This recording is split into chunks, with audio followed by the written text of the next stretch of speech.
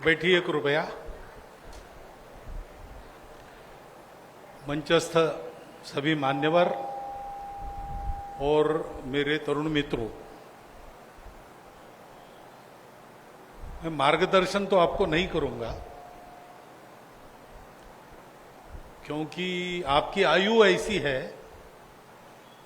कि कोई मार्गदर्शन करे तो आप बगावत करेंगे। यहां तो नहीं करेंगे, अनुशासन में है, लेकिन मन में तो जरूर ऐसी बात उठेगी। और वैसे तो आपकी आयु इतनी कम भी नहीं है कि आपको किसी और के मार्गदर्शन की जरूरत है। आप अपने विवेक से अपना मार्ग तय कर सकते हो, और इसलिए ऐसा जब आप सोचते हो तो सोचने के लिए आपको मदद हो, ऐसी कुछ बातें मैं आपको कहूंगा।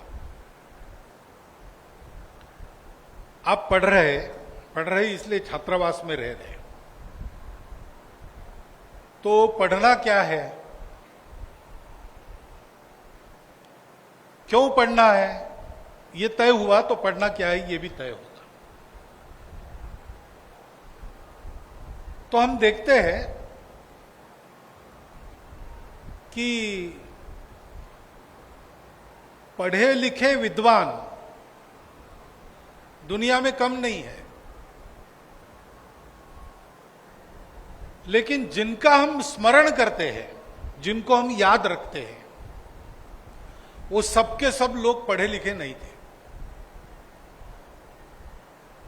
हमारे सरकारी वार रहे 13 साल तक शेषाद्री जी, वो कर्नाटक के रहने वाले थे। उनके जीवन का एक प्रसंग है।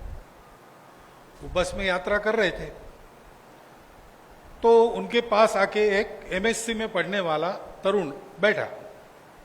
लंबी यात्रा थी, 3-4 घंटे जाना था, तो परिचय हुआ, बातचीत निकली। तो उसने पूछा तरुण ने कि आप क्या पढ़े हैं? तो शेषाद्री जी ने बताया, मैं एमएससी फिजिक्स हूं। तो बोले, आपको कितना नंबर आया था एमएससी में? तो उन्होंने कहा कि मैं गोल्ड मेडलिस्ट हूं। अच्छा, तो आप कहां पढ़ाते हैं? तो बोले, पढ़ाता नहीं, मैं समाज का काम करता हूं। अच्छा, तो आपका घर कैसे चलता है? तो घर मैंने छोड़ दिया है। फिर विवाह वगैरह का क्या? तो किया नहीं। तो उन्होंने कहा कि अपने हिंदू समाज में तो ये कहते हैं कि वंश आगे चलना चाहिए, जो वंश आगे नहीं चलाता वो नरक में जाता है। और आप तो पढ़े लिखे हो, अच्छे घर के हो, लगते तो बड़े विद्वान हो, और आपने ये सब किया नहीं, तो कैसे होगा?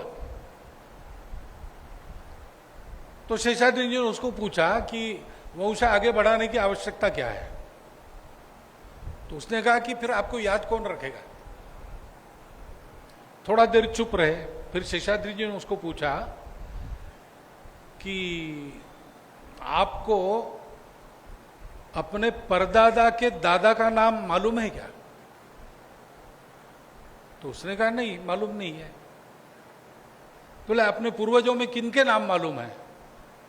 तो बोले, श्राद्ध के दिन 3 पीढ़ी इधर की 3 पीढ़ी उधर के नाम लेने पड़ते, उतने मालूम है, बाकी मालूम नहीं। तो कहा, तो वो तो आपके पूर्वज थे ना, आपको नाम मालूम नहीं? तो नहीं, मालूम नहीं है। फिर थोड़ा देर चुप रह के शेषाद्री ने फिर से पूछा, आपको विवेकानंद मालूम है क्या? तो उसने कहा, हाँ मालूम है। अच्छा, वो आपके रिश्तेदार थे? तो बोले, अरे वो बंगाल के, हम लोग कर्नाटक के। तो अच्छा, तो कभी आपके गांव में आए होंगे, आप मिले? अरे भाई, उनके जाने के 50 साल बाद मैंने जन्म लिया है, लेकिन गांव में तो आए होंगे। तो बोले, नहीं, इधर वो आए ही नहीं। तो बोले, फिर भी आप उनको जानते हो? तो बोले, हाँ। तो कहा कि आपके परदादा के दादा को आप जानते नहीं हो, वो हुए, उन्होंने वंश बढ़ाया, इसलिए आप हुए। और विवेकानंद जो आपके कुछ लगते नहीं है, आपके गांव में कभी आए नहीं है, एक धेला कभी कमाया नहीं है, म्युनिसिपल मेंबर भी नहीं बने, और वंश भी आगे नहीं बढ़ाया, तो उनको आप कैसे पहचानते हो? तो वो समझ गया। आप जरा याद करो, जिनको आप याद करना चाहते हो, मनुष्य जीवन का उदाहरण के नाते आप जिनके नाम जानते हो, तो आपको ध्यान में आएगा कि उसमें सभी प्रकार के लोग हैं। पढ़े हैं, नहीं भी पढ़े हैं। अनेक संत है, वो पढ़े नहीं थे। संत कबीर, हमने सबने नाम सुना है। कबीर के दोहे आज भी हम सुनते हैं, गाते हैं। वो क्या पढ़े थे? पढ़ने के बारे में उन्होंने कहा, पोथी पढ़ी पढ़ी जग मुआ, पंडित भया न कोय, ढाई आखर प्रेम का पढ़े सो पंडित होए। चंद्रशेखर आजाद क्या पढ़े थे? तो पढ़ना और न पढ़ना, इसमें अंतर विषयों का नहीं है, पुस्तकों का नहीं है, डिग्री का नहीं है।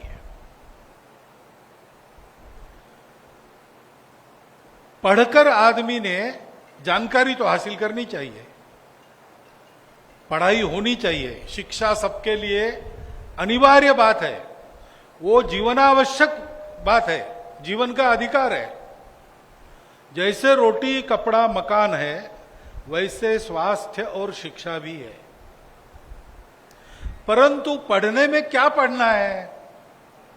पोथी तो पढ़नी पड़ती है, पुस्तकें पढ़नी पड़ती है, नए नए विषयों की जानकारी लेनी पड़ती है।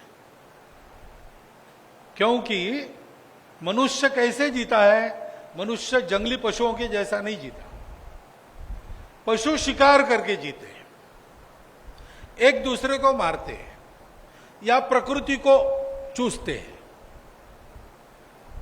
चूसते कहना ठीक नहीं होगा, उनको प्रकृति ने भी ऐसा एक अंदर से ज्ञान दिया है कि अपनी मर्यादा वो जानते हैं, वहां तक वो करते हैं। उनको स्कूल कॉलेज में जाके पढ़ना लिखना नहीं पड़ता। लेकिन हमारे यहां मनुष्य है तो हमारे समाज बनते हैं, और समाज जब से बने, घुमंतुपन छोड़कर मनुष्य जैसे बच गया, तब से समाज बना। समाज वो होता है, केवल भीड़ नहीं होती, समाज के सामने एक कॉमन पर्पस होता है जीने का। उस समाज के लोग उन बातों के लिए जीते हैं, इसलिए समाजों में अंतर होता है। भारतीय समाज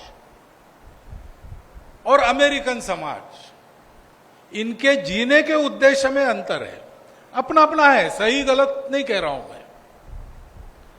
लेकिन अमेरिकन व्यक्ति जिएगा तो महत्वाकांक्षा लेके जिएगा कि मैं सबसे अच्छा बनूंगा, मेरे विषय में प्रवीण बनूंगा, अधिक से अधिक कमाऊंगा, किसी प्रकार की भौतिक सुख की कमी नहीं रहेगी, इतना सोचता है और बंद हो जाता है। उसके आगे भी कुछ लोग सोचते हैं, लेकिन पूरे समाज में इससे आगे जाने की प्रवृत्ति नहीं है। और हमारे भारतीय समाज में भौतिक प्रगति की तो हम सब लोग सोचते हैं, हम कोई दरिद्रता के उपासक नहीं है, हम लक्ष्मी जी की पूजा करने वाले लोग हैं। लेकिन हम वहां रुकते नहीं, हम कहते हैं कि भाई कमाया कमाया बहुत अच्छा किया, लेकिन बांटा कितना, ये सवाल है। हम कमाते हैं बांटने के लिए, वहां कमाते हैं भोगने के लिए। हम कहते हैं कि अपने को जितना न्यूनतम चाहिए उतना भोगो, बाकी सब बांट दो। यहां नागपुर में एक परिवार है, परिवार में 3 भाई है, अच्छा सधन परिवार है, अमीरों में जिनकी गिनती होती है। वो तीनों भाई मेयो हॉस्पिटल में, मेडिकल कॉलेज हॉस्पिटल में और शायद म्यूर मेमोरियल में रोज सुबह फल पहुंचाते हैं। किसी को पता नहीं, पेपर में नाम आता नहीं। हमने जब उनको खोजा और जाके मिले, तब ये काम करते हुए उनको 18 साल हुए थे। तो हमारे कार्यकर्ताओं ने उनको पूछा कि 18 साल से आप काम कर रहे हैं, कि पेपर में एक लाइन नहीं आपके नाम की, आप किसी को बताते नहीं, खर्चा सारा अपना लगाते हैं, कोई सहायता करने आता है तो बांटने में हाथ चाहिए, इसलिए उसकी मदद लेते, पैसा नहीं लेते। बांटने वाली मंडली में तुम आ जाओ, शामिल हो जाओ। तो ये आप क्यों कर रहे हैं, आपको क्या मिलता है इससे? तो कहा देखो जी, इससे आनंद तो मिलता ही है, लेकिन इसमें आनंद ये हमारे ध्यान में हमारे पिताजी में ला के दिया। उन्होंने मरने के पहले हमको बताया कि देखो, ये जो लक्ष्मी कमा रहे हो तुम, कमाओ, दोनों हाथ से कमाओ, लेकिन ध्यान रखना, ये तुम समाज से कमा रहे हो, उसको दाम दुगना वापस देना है।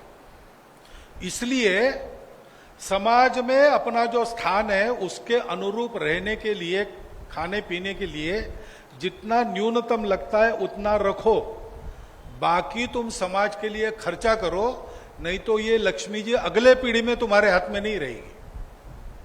तो हम उनके आदेश का पालन करते हैं। अब जिन्होंने भरपूर धन कमाया, उनके अनुभव का ये सार उन्होंने बताया, मैं आपको बता रहा हूं। तो पढ़ना क्यों है? पढ़ने पर समर्थ तो होना ही है, अपना जीवन चला सकने की क्षमता होनी ही चाहिए, अपने परिवार का भरण पोषण करना। घर गृहस्थी बसाते हैं तो गृहस्थ के कर्तव्य है घर वालों को रोटी, कपड़ा, मकान, स्वास्थ्य, शिक्षा, इसकी पूरी व्यवस्था करना, उत्तम व्यवस्था करना। और 6वां कर्तव्य गृहस्थ का अतिथि सत्कार। साईं इतना दीजिए जामे कुटुंब समाए, मैं भी भूखा ना रहूं, साधु भी भूखा न जाए। ये सोचने वाले हम सब लोग हैं। भारत में कहीं भी जाओ, अन्य अन्य भाषाओं में यही बात मिलती है। ये सोचने वाले हम सब लोग हैं, इसलिए हमारा एक समाज है, हमारा कॉमन पर्पस है ऐसे जीना। तो उस जीने में पुस्तकों की पढ़ाई जितनी महत्वपूर्ण है, उतनी ही जीवन शिक्षा महत्वपूर्ण है। और मैं आपका अभिनंदन करता हूं, क्योंकि मैं भी 4 वर्ष नागपुर में और 2 वर्ष अकोला में, नागपुर का हॉस्टल तो आपके जैसे ही 250 लोगों का हॉस्टल था, मैं भी हॉस्टल में रह के पढ़ा हूं। इसलिए मैं जानता हूं कि स्कूली कॉलेज की पढ़ाई में अगर जीवन की शिक्षा की दृष्टि से कोई कमी रहती है, तो ये जो अपना हॉस्टल का जीवन है वो हमको जीवन की शिक्षा देता है।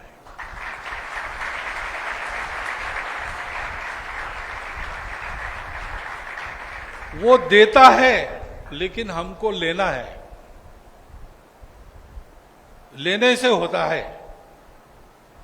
नहीं तो शिक्षा देने वाले तैयार है, लेने वाला तैयार नहीं है तो कोई फायदा नहीं। 2 मित्र थे, घूमने के लिए गए जंगल में। जाते जाते एक क्षण ऐसा आ गया, दोनों का पुण्य पक गया, पूरा हो गया। जितना पुण्य मनुष्य ने करना चाहिए भगवान को पाने के लिए, वो पूरा हो गया होगा। वो क्षण आते ही दोनों के सामने भगवान प्रकट हो गए और भगवान ने कहा कि चलो आपका पुण्य हो गया, मैं आ गया हूं, क्या मांगना है मांग लो। तो एक सावधान था, लेने वाला तैयार था। उसने सोचा भगवान तो कभी आते नहीं, आज खुद होके आए और मांगो कह रहे, तो ऐसा मांगना चाहिए कि मांगने के लिए कुछ बाकी न रहे। उसने कहा भगवान,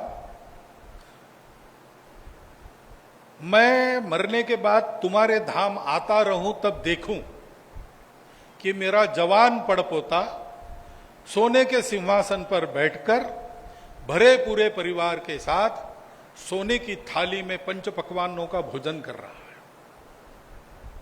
अब सब मिल गया ना, मरने के बाद भगवान के धाम जाएगा, नरक में नहीं जाएगा। मरेगा कब?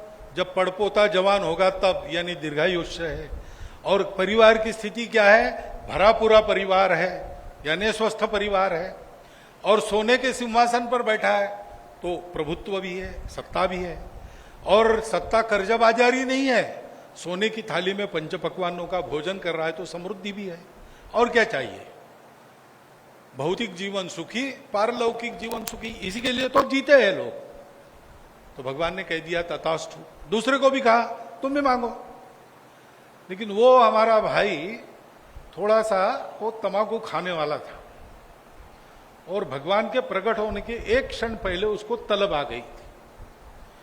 तो उसने वो एक डिब्बी रहती है तंबाकू वालों की, आजकल कम दिखती है विदर्भ में, मैंने बहुत देखी है। वो उसके दो पुट होते हैं, एक तरफ से चूना रहता है, दूसरी तरफ तंबाकू रहता है। उसने वो ढक्कन खोला, वो तंबाकू हाथ पे लिया, बंद किया, दूसरा खोला चूने के लिए, चूना नहीं, खत्म हो गया। अब जो तंबाकू खाने वाले हैं वही जानते हैं कि समय पर चूना न मिले तो कितनी तड़पन होती है। वो देख रहा, कहा अभी ऐसी कोई होती दीवार वगैरह खरोच के उसका चूना निकालते, लेकिन तो जंगल था। तो देख रहा था व्याकुल होके, चूना चूना। भगवान ने कहा वर मांगो। उसने कहा भगवान चूना है क्या? भगवान ने कहा तथास्तु। तो मांगने वाला तैयार होना चाहिए। यहां हम साथ में रहते हैं, कई प्रकार के अनुभव आते हैं और निकल जाते हैं, उनको हम पकड़ते नहीं। हम साथ में रहते हैं तो साथ में रहते तो दोस्ती भी होती है, साथ में रहते तो झगड़ा भी होता है। दोनों का कारण एक ही है, परिचय होने से झगड़ा होता है, परिचय होने से दोस्ती होती है। परिचय होने में कुछ गड़बड़ नहीं है, जिनके परिचय होते हैं उनका कैसा है ये है। तो इतने लोगों में मैं हूं, जितने भी साल हूं, क्या मैं ऐसे रह सकता हूं कि इतने सालों में एक के साथ भी मेरा झगड़ा नहीं हुआ? मत अलग अलग रहे, मत रखे भी, चर्चा रही था, अपना पक्ष रखा, वाद विवाद सब कुछ हुआ, ये तो चलता है। प्रत्येक मनुष्य के देखने का दृष्टिकोण थोड़ा थोड़ा अलग होता ही है। परंतु ये होने के बाद भी हमने एक दूसरे के मतों का सम्मान किया, आपस में लड़ नहीं पड़े। जब हमने दूसरे मेरे मित्र को सामने देखा तो मैंने उसमें समान बातें खोजी, अलग बातों पर मेरा ध्यान नहीं गया। हम अनेक जगहों से आते हैं, अनेक पृष्ठभूमि से आते हैं, तो हमारे सारे बोल चाल खान पान रहन सहन में वो अलग अलग बातें होती है। और होना कोई खराब बात नहीं, वो तो विविधता है। विविधता सृष्टि का श्रृंगार है, उसका उत्सव मनाना चाहिए, स्वीकार करना चाहिए। लेकिन विविधता भरे समूह में रहते समय एक दूसरे की विविधताओं को स्वीकार करने के बाद भेद चला जाना चाहिए। जैसे हम जहां रहते वहां की भाषा आनी चाहिए। आज प्रस्तावना में बहुत अच्छी बात उन्होंने कही कि महाराष्ट्र में गुड़ी पाड़वा होता है इसलिए हम यहां करते हैं। एक लेसन है, मैं कहीं भी जाते हैं तो वहां के जनजीवन में हमको एकत्रित होना चाहिए, समरस होना चाहिए। हमारी अपनी भाषा रहती है, हमारी अपनी पूजा रहती है, लेकिन जिनमें हम हैं उनकी भी भाषा है, उनकी भी पूजा है, उनकी भी खान पान रहन सहन रीति रिवाज है, उसके साथ समरस होना चाहिए। अपनेपन केवल लगने की बात नहीं है, अपनेपन आचरण करने की बात है। तो एक बार ऐसे हुआ, अपने समाज में जात पात का बहुत भेद है, सहभोजन का कार्यक्रम था और भोजन शुरू हुआ। चैलेंज दिया था कि आप ऊंची जाति के लोग हमारे साथ भोजन नहीं कर सकते। तो भोजन बनाओ, हम तैयार हैं। भोजन बना, बैठे, भोजन दिया गया। देखते हैं तो वो मांस है, लेकिन अब उठेंगे तो लोग कहेंगे देखो हम कह नहीं रहे थे, आपको हमारा नहीं चलता। तो कुछ नहीं, बैठे रहे। सब शाकाहारी लोग थे, लेकिन उन्होंने खाना शुरू किया।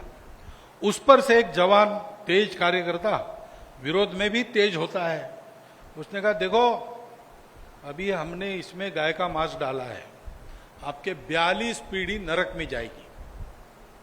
तो उसमें जो भोजन करने वालों के बुजुर्ग थे उन्होंने कहा कि देखो सदियों से आप और हम लोग अलग रहे, अब आपके जुड़ने के लिए अगर 42 पीढ़ी हमारी नरक में जाती है तो हमको मंजूर है। वो गोमांस नहीं था, उधर के बुजुर्ग खड़े हो गए, उन्होंने डांटा जवानों को, कहा कि वो मांस तो है लेकिन दूसरा भी बना है, वो हम लाते हैं, ये परीक्षा आपकी इन लोगों ने ली, लेकिन ऐसी परीक्षा नहीं लेना चाहिए।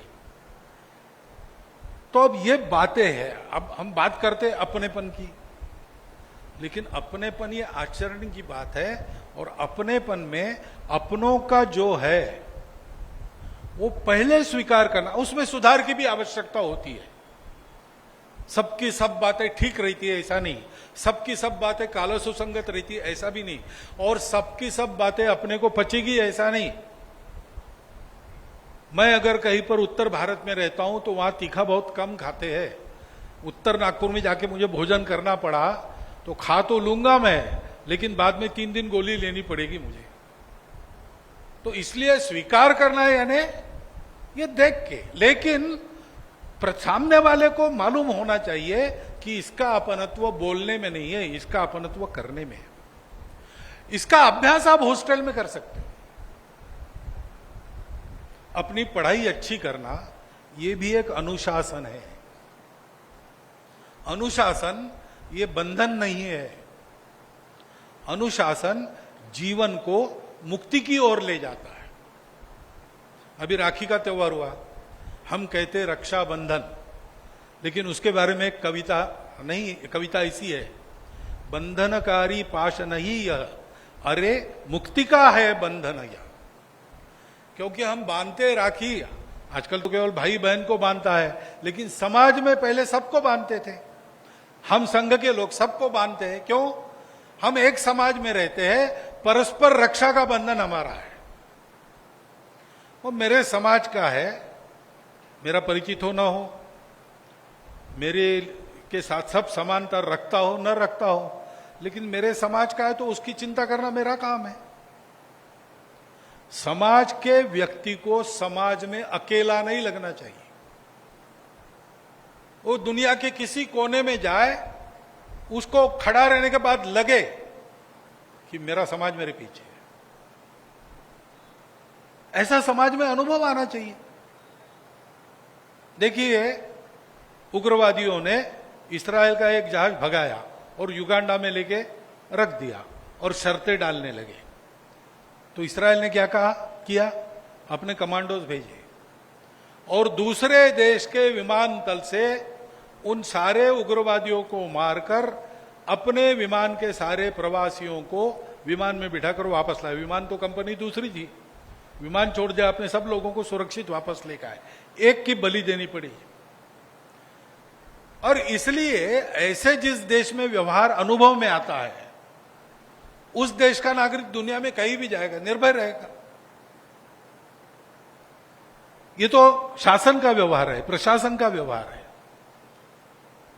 अपने भी भारत देश के लिए ये बहुत अच्छी बात है कि गत कई वर्षों में धीरे धीरे हमारा व्यक्ति भी इस प्रकार गर्दन ऊंची करके घूमता है,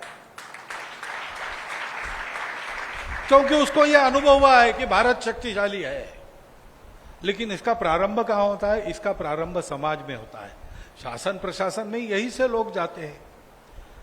हमारे देश का जो किसी कोने में है उसको हम बचाएंगे। ये भावना उनमें आती कहां से है? सामाजिक व्यवहार से आती है।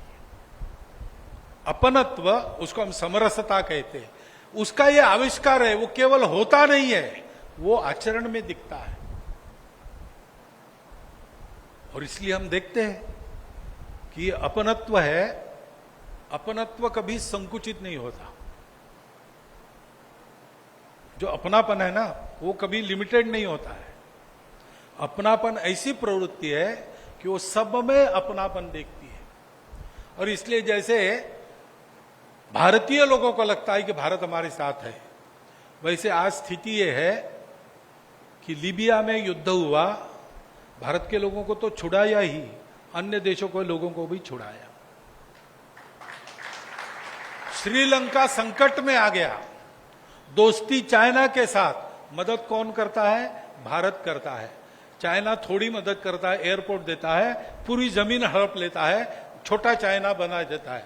भारत में इतना पैसा डाला है, वापसी की अपेक्षा नहीं है। ये हमारे समाज का स्वभाव है।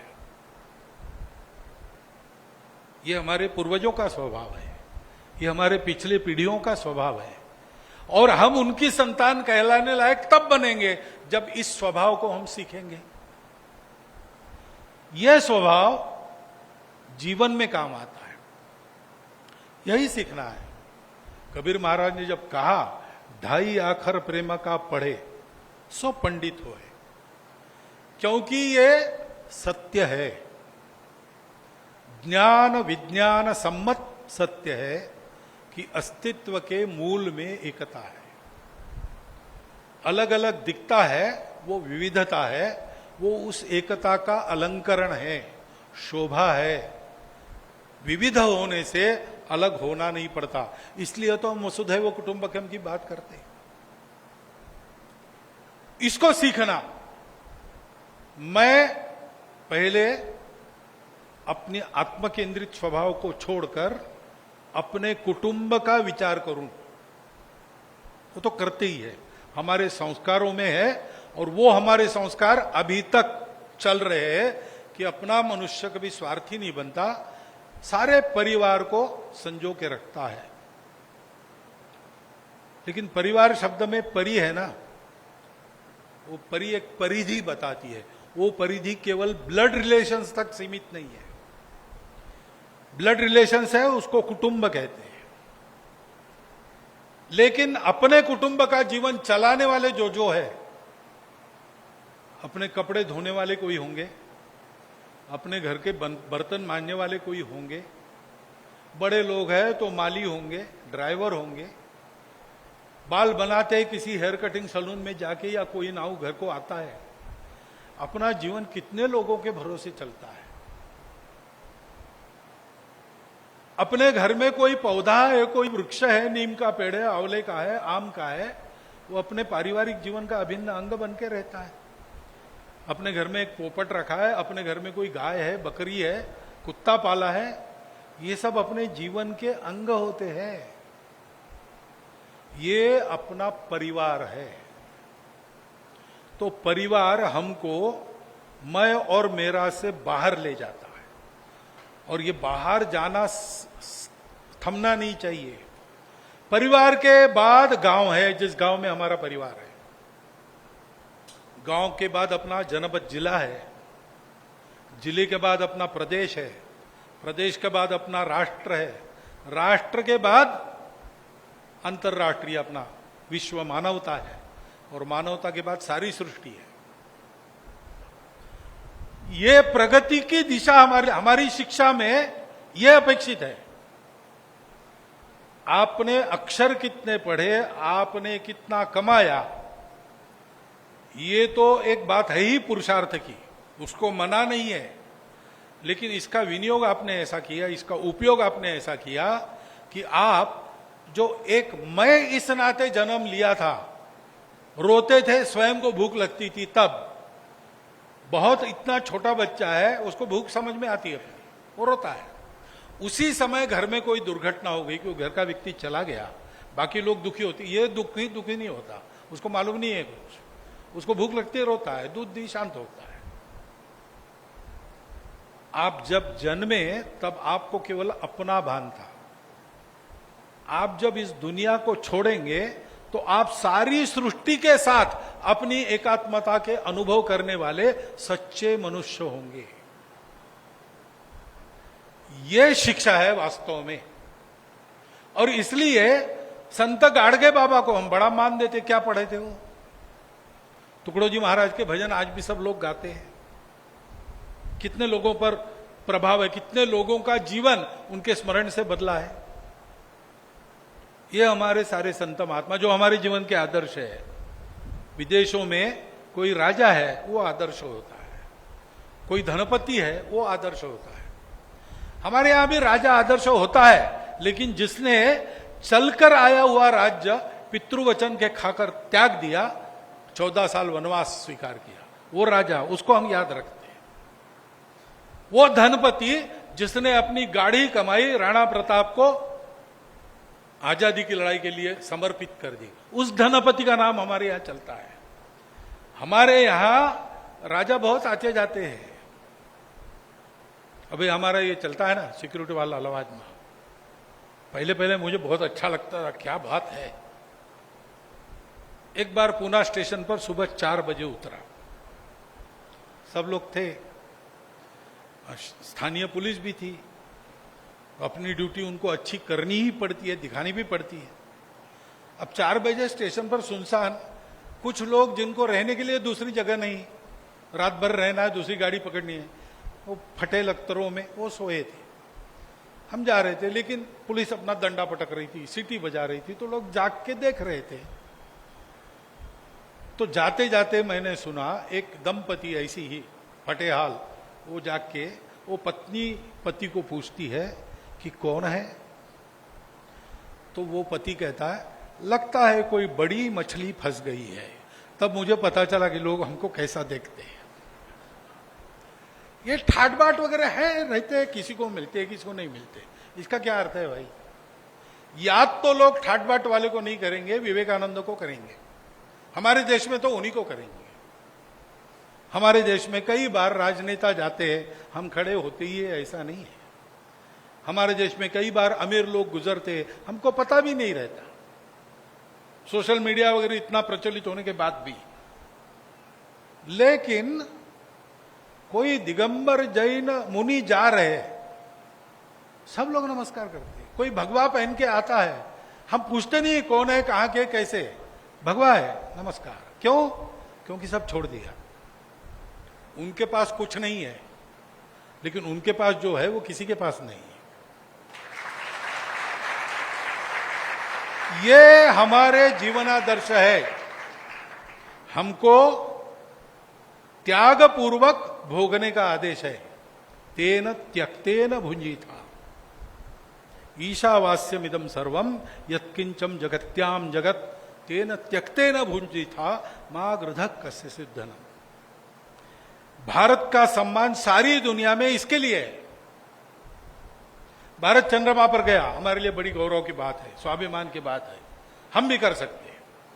लेकिन पहले तो रशिया का गया था, आदमी तो अमेरिका का उतरा था।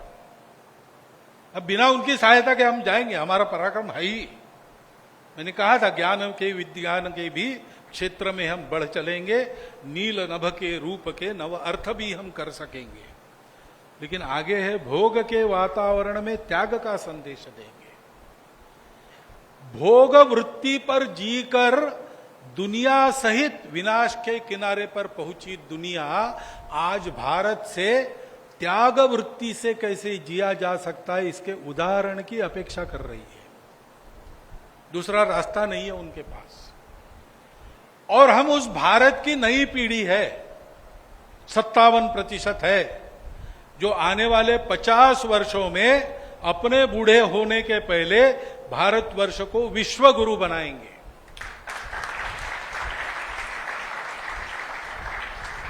तो दुनिया को हमको क्या सिखाना है?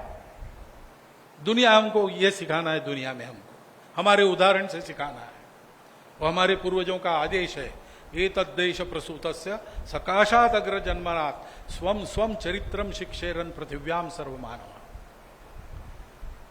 वो आदेश पूरा करने के लिए हम सीख रहे हैं। हमको विषय तो सीखने ही है, अपनी अपनी आजीविका के विधा में प्रवीण होना है, नए नए खोज हमको अपने परिश्रम से खींच के लाने हैं, सारी दुनिया को नया ज्ञान देना है, नई दिशा देनी है।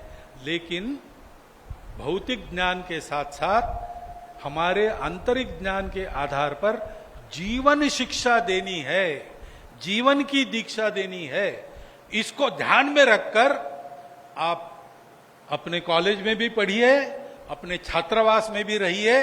मैं विश्वास करता हूं कि जिस प्रकार का वातावरण आपको यहां मिला है, उसका पूर्ण उपयोग करके आप ऐसे बनेंगे जीवन में कि यहां से छूटने के बाद, अपने जीवन क्षेत्र में जाने के बाद, कभी 20 साल 15 साल बाद अपने हॉस्टल के सहाध्यायियों का फिर से सम्मेलन आप करेंगे। एलुमनी मीट जैसे होती है वैसे कोई बैठक आपकी होगी। तब आप ये कहेंगे कि देखो दुनिया में जीना कैसे और दुनिया में जीना सिखाना कैसे, ये हमने सीखा। यहाँ कॉलेज में गए, यहाँ हॉस्टल में रहे, उसके बलबूते। ये भाग्य आप सबको मिले, ऐसी मैं जन्माष्टमी के अवसर पर आपको शुभकामना देता हूं। और प्रश्नोत्तर होंगे ऐसा मुझे कहा है, तो आप इस विषय के बारे में पूछ सकते हैं। मैं संघ का सरसंघ चालक हूं, उसके बारे में अगर आपको पूछना है तो वो भी पूछ सकते हैं। इसके बाहर मेरे ज्ञान का दायरा नहीं है, इतना बताने के लिए मैंने ये सूचना दी। आपने सुन लिया, बहुत बहुत धन्यवाद।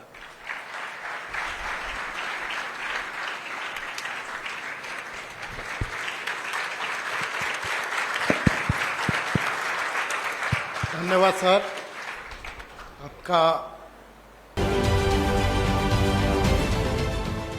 देश विदेशातील प्रत्येक घडामोडींचे लाईव्ह अपडेट मिळवण्यासाठी आता साम टीव्हीच्या सर्व सोशल मीडिया प्लॅटफॉर्मला लाईक, फॉलो आणि सबस्क्राईब करा।